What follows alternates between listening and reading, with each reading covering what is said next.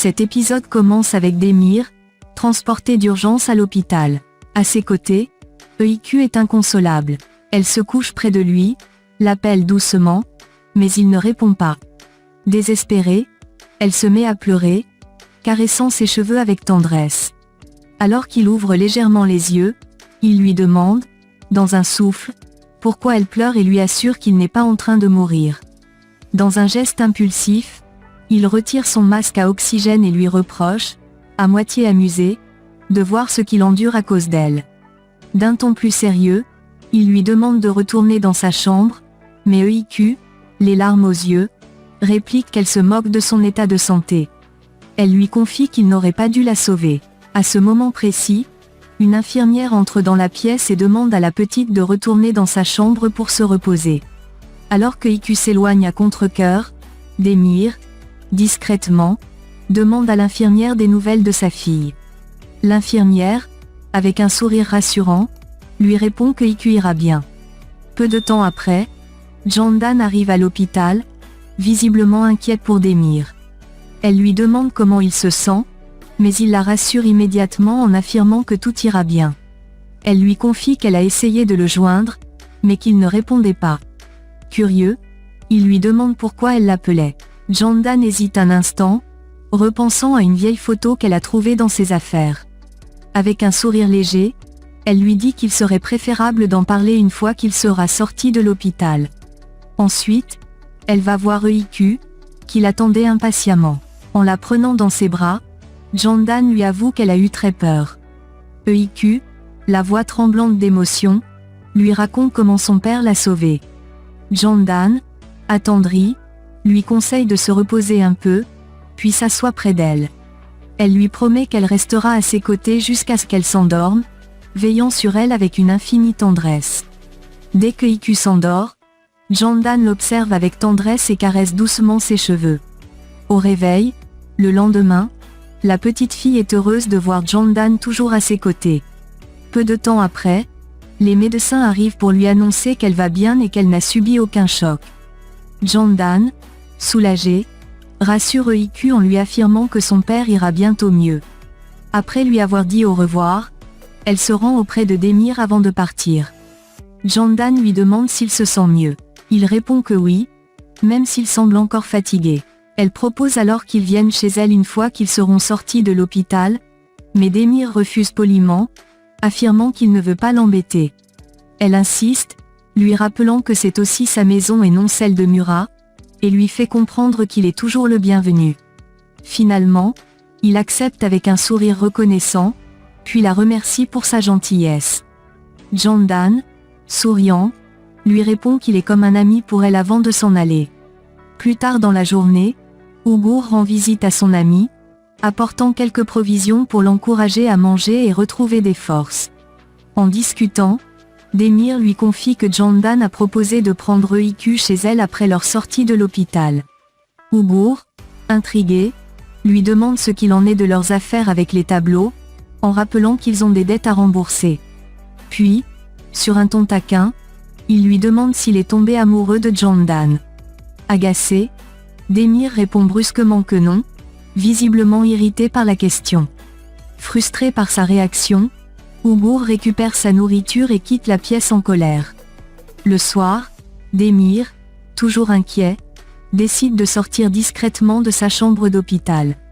Alors qu'il se faufile dans les couloirs, EIQ l'aperçoit et lui demande de remettre son collier cervical pour se protéger. Surprise de le voir debout à une heure si tardive, elle lui demande où il va.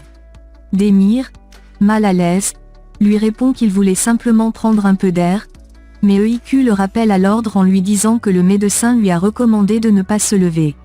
Elle le regarde un moment et lui demande avec une pointe d'espièglerie s'il cherche à s'enfuir. Elle lui promet alors qu'elle ne dira rien à personne et ouvre même la porte pour le laisser partir. Demir, surpris par sa complicité, lui demande ce qu'elle ferait toute seule s'il s'en allait vraiment. EIQ, avec sa malice habituelle, répond qu'elle ira d'abord chez Candan, puis improvisera. Demir l'observe silencieusement, visiblement touché par ses mots. Elle lui propose alors d'aller au dortoir. Pris au dépourvu, il soupire et finit par dire qu'il a changé d'avis, avant de retourner dans sa chambre, le cœur plus léger. De l'autre côté, l'infirmier remet au médecin les résultats des examens de IQ, et ce dernier est choqué par ce qu'il découvre. Immédiatement, il ordonne qu'une biopsie soit réalisée sur la petite dès le lendemain matin. Le matin suivant, l'infirmière entre dans la chambre de IQ pour lui demander de se préparer pour sa biopsie. Surprise et inquiète, EIQ se remémore une conversation qu'elle a surprise entre sa tante et le médecin. Il lui avait dit que les résultats de la biopsie montraient qu'elle souffrait d'une maladie rare. Abattue, EIQ demande à l'infirmière si la biopsie fera mal. L'infirmière, d'un ton apaisant, lui assure que non avant de s'éloigner. Restée seule, la petite réfléchit intensément à ce qu'elle pourrait faire. Subitement, elle prend une décision. Elle se lève, se change rapidement et fuit l'hôpital sans que personne ne la voie. Peu de temps après, Jandan arrive pour rendre visite à EIQ, mais ne la trouve pas dans sa chambre. Inquiète, elle alerte immédiatement l'infirmière, qui fouille les toilettes et tous les recoins de l'hôpital, mais sans succès. Paniqué, Jandan se précipite vers Demir pour lui annoncer la nouvelle. Ensemble, ils sortent dans les rues pour chercher désespérément la petite fille. Pendant leurs recherches, Demir, visiblement troublé, murmure qu'il était lui-même sur le point de s'enfuir la veille, mais que IQ l'en avait empêché. Jandan le regarde, surprise par cette confidence, mais il change rapidement de sujet. Tentant de rationaliser la situation, il ajoute que peut-être la petite est en colère contre lui pour quelque chose, avant de mentionner qu'il voulait juste prendre un peu d'air la nuit précédente. Pendant ce temps, le client de Demir et Ougour perd patience. Il rappelle à Ougour qu'il leur avait accordé 2 jours supplémentaires pour livrer la marchandise, mais que ce délai est désormais écoulé. Ougour, alarmé, le supplie de leur accorder un peu plus de temps et parvient à le convaincre de patienter encore un peu. Une fois à l'extérieur, Ougour appelle immédiatement Demir pour l'informer de la situation urgente. Il lui explique que Gillette commence à perdre patience et menace de s'en prendre à eux s'ils n'agissent pas rapidement.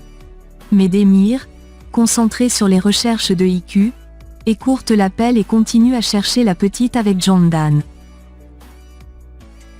Après un moment de réflexion, Demir dit à Jandan qu'il pense savoir où se trouve IQ. Ensemble, ils se rendent à la tente où ils l'avaient installée auparavant. En les voyant arriver, EIQ leur assure qu'elle va bien et qu'elle ne veut plus retourner à l'hôpital. Jandan, compréhensive, murmure à Demir que c'est normal, qu'il est possible que la petite se sente mal à l'aise dans un environnement hospitalier. Après un échange de regards, il décide de rentrer avec elle à la maison. Sur le chemin, EIQ demande à son père de les suivre, et Demir, après un instant d'hésitation, ramasse ses affaires et les rejoint. À la maison, Jandan les installe confortablement dans le salon avant de partir chercher du thé.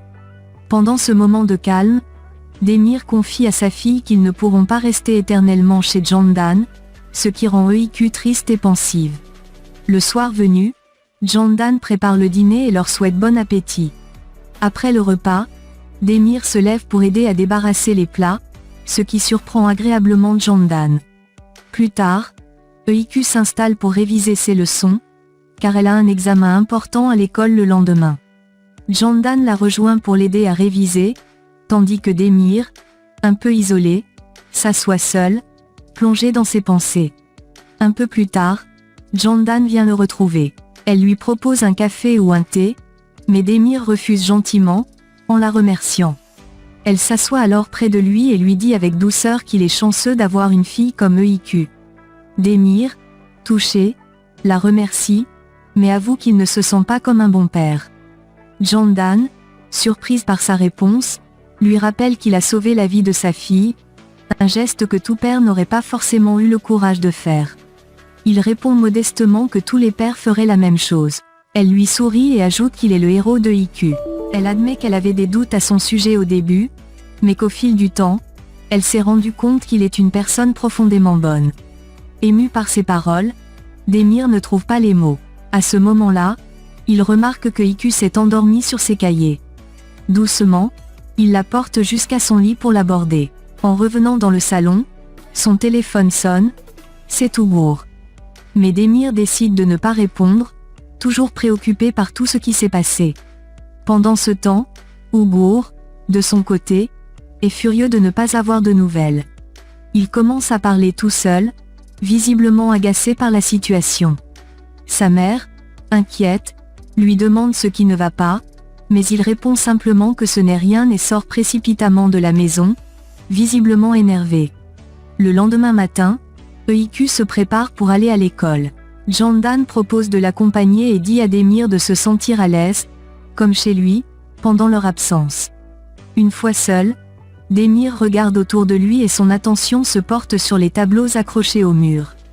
Pris d'un doute, il s'approche et envisage de les décrocher, sûrement poussé par le poids de ses dettes. Mais il se souvient soudainement des paroles de Candan la veille, lorsqu'elle lui avait dit qu'il était une bonne personne. Il hésite, puis décide finalement de laisser le tableau en place. Pensif, il se perd dans ses réflexions, tiraillé entre ses responsabilités et ce qu'il sait être juste.